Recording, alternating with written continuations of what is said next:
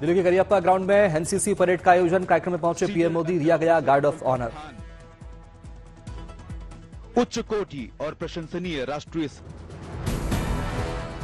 17 राज्य निदेशालय की टुकड़ियों ने पीएम मोदी को दी उच्च कोटि की सलामी। परेड की समीक्षा के लिए जिप्सी में सवार हुए पीएम मोदी।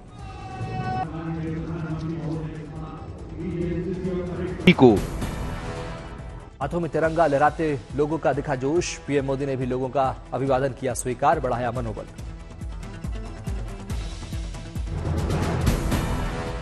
संयुक्त बैंड दस्ता ने बांधा समा। सारे जहां से अच्छा हिंदुस्तान हमारा। बैंड धुन ने दर्शकों में भरा जोश। से संबोधित कर रहा है उसमें ईएमई सेंटर, बिरला बालिका विद्यालय। राष्ट्रीय ध्वज, तीनों सेनाओं के ध्वज और राष्ट्रीय कैडेट कोर के ध्वज के साथ 5 घुड़सवारों ने की परेड की अगुवाई। पीएम मोदी ने खड़े होकर कैडेट्स का बढ़ाया उत्साह। प्रधानमंत्री सलामी ले रहे हैं, देख सकते हैं टाइटन पर। मुस्कुराते हुए पीएम मोदी ने परेड की सलामी। उत्तर क्षेत्र के कंटिजेंट जम्मू कश्मीर, दिल्ली, राजस्थान, पंजाब, हरियाणा, हिमाचल प्रदेश के कैडेट परेड में हुए शामिल। और मनप्रीत के बगल में आप देख सकते हैं टाइटन पर सवार 24 मित्र राष्ट्रों के युवा कैडेट दस्ता ने परेड में लिया हिस्सा। भूटान का दस्ता रहा सबसे आगे। का दस्ता सबसे आगे है, कैडेट शामिल हैं। देश के कोने कोने से लाई गई माटी कलश पीएम मोदी को की गई भेंट। प्रकाश में हुआ एनसीसी लोगो कलश। मिट्टी से बनाई जाएगी एनसीसी लोगो की रेप्लिका। रक्षा मंत्री राजनाथ सिंह रहे मौजूद। कार्यक्रम में दिखी नारी शक्तिकरण की अद्भुत झलक। मेजर शशि मेहता ने नारी शक्ति वंदन दौड़ 6 दिन में की पूरी। रानी झांसी की प्रतीकात्मक तलवार भेंट की। 17 निदेशालय के 880 कैडेट ने सांस्कृतिक कार्यक्रम में दी प्रस्तुति। 19 पारंपरिक नृत्य ने सभी को किया मंत्रमुग्ध।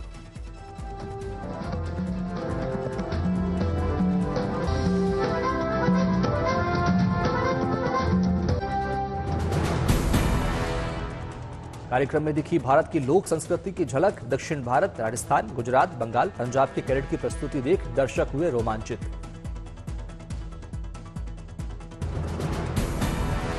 पीएम मोदी ने युवा कैडेट्स को किया सम्मानित। 2023 और 2024 के परेड में बेहतरीन प्रदर्शन करने वाले युवाओं को दिया गया सम्मान।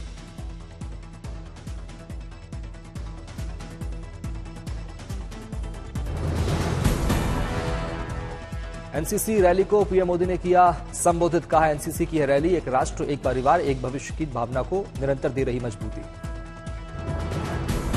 पीएम मोदी ने कहा, इस वर्ष देश मना रहा 75वां गणतंत्र दिवस। ये ऐतिहासिक पड़ाव देश की नारी शक्ति के लिए समर्पित रहा।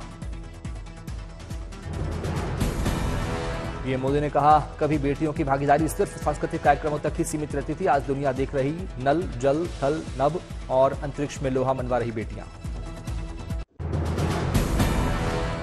पटना में आरजेडी विधायकों की बैठक खत्म। बैठक में अपने विधायकों से बोले तेजस्वी यादव। कहा, मैंने हमेशा सीएम नीतीश का किया सम्मान।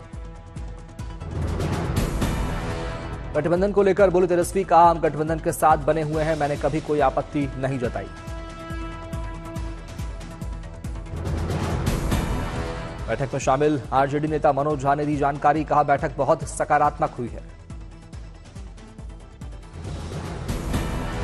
आरजेडी नेता मनोज झा ने कहा, हर मुद्दे पर बैठक में हुई चर्चा। आरजेडी प्रमुख लालू यादव लेंगे आखिरी फैसला। जेडीयू एमएलसी नीरज कुमार ने कहा, आरजेडी नेतृत्व बेचैन है। वे अनर्गल प्रलाप कर रहे हैं। वे इस पर रोक लगाए, वरना राजनीति में इसका अंजाम बेहतर नहीं होगा।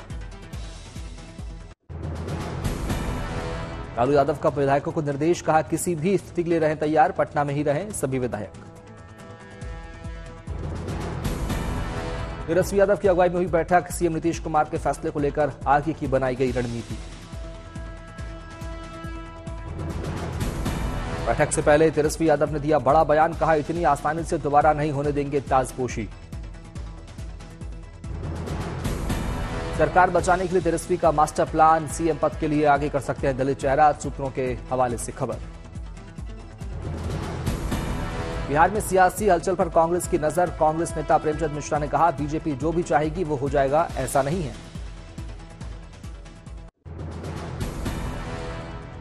बिहार में सियासी हलचल तेज। राज्यपाल से मिल सकते हैं सीएम नीतीश कुमार, दे सकते हैं इस्तीफा। सूत्रों के हवाले से खबर। जेडीयू ने सभी विधायकों को बुलाया पटना। कांग्रेस के कई विधायक नीतीश कुमार के साथ आ सकते हैं। सूत्रों के हवाले से खबर। बिहार में जेडीयू बीजेपी के गठबंधन की खबरों के बीच नीतीश और तेजस्वी में बड़ी तनातनी, टूट सकता है आरजेडी जेडीयू का गठबंधन। पटना में सीएम नीतीश ने दमकल की गाड़ियों को दिखाई हरी झंडी, कार्यक्रम में नहीं पहुंचे आरजेडी के मंत्री शहनवाज, पोस्टर में भी नहीं दिखा आरजेडी के मंत्री का नाम। दिल्ली से लेकर पटना तक बैठकों का दौर, गृहमंत्री अमित शाह के घर पहुंचे चिराग पासवान, मीटिंग में बीजेपी अध्यक्ष जेपी नड्डा भी मौजूद। बिहार बीजेपी अध्यक्ष सम्राट चौधरी का बयान, लोकसभा चुनाव को लेकर बुलाई गई है पार्टी की बैठक, सरकार बदलने के बारे में बताएगी मौजूदा सरकार, सुशील मोदी के बयान पर चुप्पी। बिहार के सियासी हालात पर बोले आरजेडी के राष्ट्रीय प्रवक्ता मनोज झा, असमंजस की स्थिति को स्पष्ट करे नीतीश कुमार। बिहार में सरकार बनाने के बारे में पटना पहुंचे केंद्रीय मंत्री अश्विनी वैष्णव का बयान, वही होगा जो शीर्ष नेतृत्व तय करेगा, हमारे चाहने ना चाहने से कुछ नहीं होगा।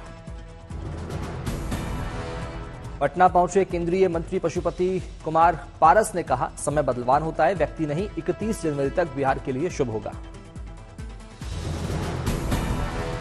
बिहार में राजनीतिक उठापटक पर आरजेडी विधायक रीतलाल यादव का बयान, लालू प्रसाद यादव का कंधा मजबूत है, दुख और सुख दोनों झेल लेंगे।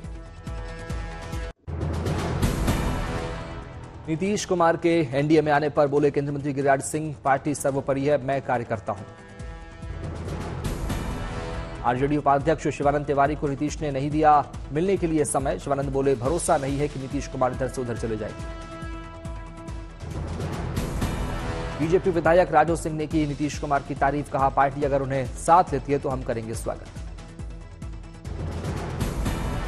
बिहार के प्रदेश कांग्रेस अध्यक्ष अखिलेश सिंह का बयान, हम किसी भी हालात के लिए तैयार, हमारे सभी विधायक एकजुट हैं। पटना पहुंचे वीआईपी के मुकेश सहनी का बयान, अभी कुछ नहीं है मालूम, इंतजार करना होगा। बिहार में सियासी हलचल के बीच दिल्ली में भी गरमाई सियासत, आम आदमी पार्टी का आरोप, बीजेपी केजरीवाल सरकार को करना चाहती है अस्थिर। आम आदमी पार्टी ने बीजेपी पर लगाया बड़ा आरोप, कहा 7 आम आदमी पार्टी के विधायकों से बीजेपी ने किया संपर्क। केजरीवाल की मंत्री आतिशी का आरोप, बीजेपी ने आम आदमी पार्टी विधायकों को 25 करोड़ रुपए का दिया ऑफर। आम आदमी पार्टी ने कहा केजरीवाल को गिरफ्तार करने की जा रही साजिश, ऐसा हुआ तो बीजेपी दिल्ली की सभी 7 लोकसभा सीटें गंवा देगी, जनता को केजरीवाल पर भरोसा है। आम आदमी पार्टी पर बीजेपी का पलटवार, कहा 7 बार पहले भी झूठ बोला जा चुका है, दिल्ली की जनता बार बार देख चुकी है। महाराष्ट्र से राहत वाली खबर, मराठा आरक्षण की मांग करने वाले नेता मनोज जरांगे पाटिल ने किया आंदोलन खत्म करने का ऐलान। पीएम शिंदे के हाथों जूस पीकर मनोज जरांगे ने खत्म किया प्रदर्शन, शिवाजी की प्रतिमा पर किया माल्यार्पण।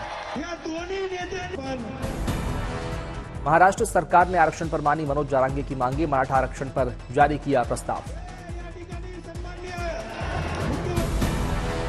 शिंदे के मंत्रियों ने मनोज जरांगे को सौंपी प्रस्ताव की प्रति, आगामी विधानसभा सत्र में कानून बनेगा सरकार का प्रस्ताव। सरकार की पहल से मनोज जरांगे के समर्थकों में खुशी की लहर, ठाणे में बड़ी संख्या में जुटे समर्थक।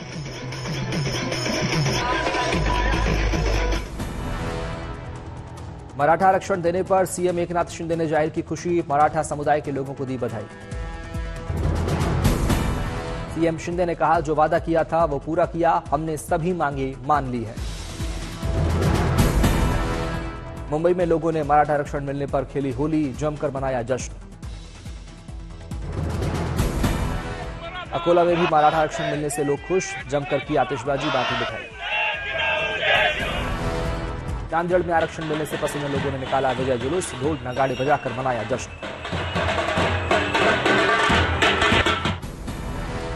भारत यात्रा पर आए फ्रांस के राष्ट्रपति इमैनुअल मैक्रों पहुंचे दिल्ली की निजामुद्दीन दरगाह, बैठकर सुनी कव्वाली, विदेश मंत्री एस जयशंकर भी साथ रहे मौजूद। भारत और फ्रांस के बीच डिफेंस इंडस्ट्रियल पार्टनरशिप का रोडमैप तैयार, मैक्रों की यात्रा में 16 अहम घोषणाएं। सैटेलाइट और हेलीकॉप्टर निर्माण सहित कई क्षेत्रों में बढ़ेगा भारत फ्रांस का सहयोग, विदेश मंत्रालय ने दी जानकारी। 2 साल बाद बनाया जाएगा India France year of innovation, 2026 तक और आगे बढ़ेगी साझेदारी। भारतीय छात्रों के लिए खुशखबरी, 2030 तक फ्रांसीसी सरकार 30,000 भारतीय छात्रों को देगी अपने देश में पढ़ने का मौका, मैक्रों ने किया ऐलान। अयोध्या में रामलला के दर्शन के लिए आज भी भारी भीड़, ठंड के बावजूद दर्शन के लिए उमड़े श्रद्धालु। रामलला के दर्शन के लिए भक्तों में भारी उत्साह, जय श्री राम के जयकारे लगाते दिखे भक्त। मंदिर परिसर में श्रद्धालुओं की लगी लंबी कतार, दर्शन के लिए करना पड़ रहा इंतजार। ठंड पर भारी भक्तों का उत्साह, सुबह सुबह सरयू में डुबकी लगाते नजर आए श्रद्धालु। अयोध्या के हनुमानगढ़ी में भी उमड़े श्रद्धालु, दर्शन और पूजन के लिए लगी कतार। अयोध्या धाम में श्री रामलला की आरती और दर्शन का नया समय जारी, भक्तों की भारी भीड़ को देखते हुए श्री राम जन्मभूमि तीर्थ क्षेत्र ट्रस्ट ने किया बदलाव। अब सुबह 4:30 बजे होगी मंगला आरती और सुबह 6:30 बजे उत्थान आरती का समय, सुबह 7 बजे से होंगे दर्शन। दोपहर 12 बजे और रात 9 बजे होगी भोग आरती, संध्या आरती शाम 7:30 और शयन आरती रात 10 बजे। उत्तर प्रदेश के प्रमुख सचिव गृह संजय प्रसाद और डीजी कानून व्यवस्था प्रशांत कुमार ने मंदिर पहुंचकर लिया जायजा, भीड़ नियंत्रण और सुरक्षा मामलों की ली जानकारी। अयोध्या में बीजेपी 30 जनवरी से करेगी राम दर्शन यात्रा की शुरुआत, 24 मार्च तक चलेगा अभियान, रोजाना 20,000 लोगों को करवाया जाएगा दर्शन। 30 जनवरी को राजस्थान हरियाणा से ट्रेन से आएंगे अयोध्या श्रद्धालु, नव अयोध्या टेंट सिटी में ठहराने का इंतजाम। नव अयोध्या में बनी टेंट सिटी में 20,000 लोगों के ठहरने की क्षमता, हनुमान गुफा के नजदीक एक और टेंट सिटी का होगा निर्माण, 2,500 लोग ठहर सकेंगे। अयोध्या में शुरू होने वाला है वीआईपी दर्शन का सिलसिला, 1 फरवरी को उत्तर प्रदेश सरकार के कैबिनेट मंत्री करेंगे रामलला के दर्शन। 2 फरवरी को उत्तराखंड के मंत्री करेंगे रामलला के दर्शन, 3 फरवरी को राजस्थान का मंत्रिमंडल आएगा अयोध्या। अयोध्या में 21 जगहों पर होगा भंडारे का आयोजन, 150 लोग चलाएंगे भंडारा, तैयारी की जा रही है पूरी। टिहरी के डीएम अधिकारियों के साथ बस से 70 किलोमीटर सफर कर बीडीसी बैठक में पहुंचे, कहा इससे सरकारी ईंधन की होगी बचत। जमशेदपुर में बाइक रैली का हुआ आयोजन, रैली के जरिए लोगों को सड़क नियमों के प्रति किया जा रहा जागरूक। विशाखापट्टनम में सीएम जगनमोहन रेड्डी ने जनसभा को किया संबोधित, सीएम को सुनने के लिए बड़ी संख्या में सभा में शामिल हुए लोग। भुवनेश्वर में ट्राइबल मेला 2024 का शुभारंभ, लोक कलाकारों ने पेश किए मनभावक लोक नृत्य। हिसार के 2 पूर्व वैज्ञानिकों को मिला पद्मश्री सम्मान, किसानों के हितों के लिए किया उल्लेखनीय काम।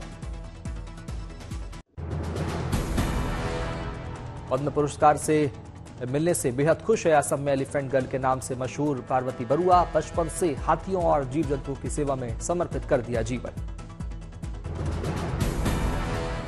उज्जैन की लोक कला मार्च के जानकार ओम प्रकाश शर्मा ने पद्मश्री पुरस्कार मिलने पर जताई खुशी, कहा आत्मा में बसी हुई है कला। उज्जैन के ही विद्वान साहित्यकार भगवती राजपुरोहित को भी पद्म सम्मान से प्रसन्नता, कहा शासन ने दिया मेहनत को मान। पद्मश्री के ऐलान पर झारखंड की पर्यावरण कार्यकर्ता चामी मुर्मू को खुशी, कहा धरती माता की सेवा के कारण मिला ये सम्मान। तीरंदाजी कोच पूर्णिमा महतो को भी पद्मश्री से मिला सम्मान, कहा इस सम्मान के बारे में कभी सोचा नहीं था। दिल्ली और आसपास के इलाकों में आज कोहरे का कम असर, हवा की गुणवत्ता में कुछ सुधार के आसार।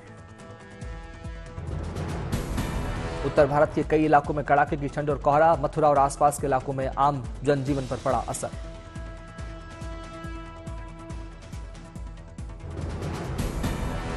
हिमाचल में मौसम हुआ मेहरबान, लंबे इंतजार के बाद अटल टनल सहित मनाली के पर्यटन स्थलों में हुई बर्फबारी।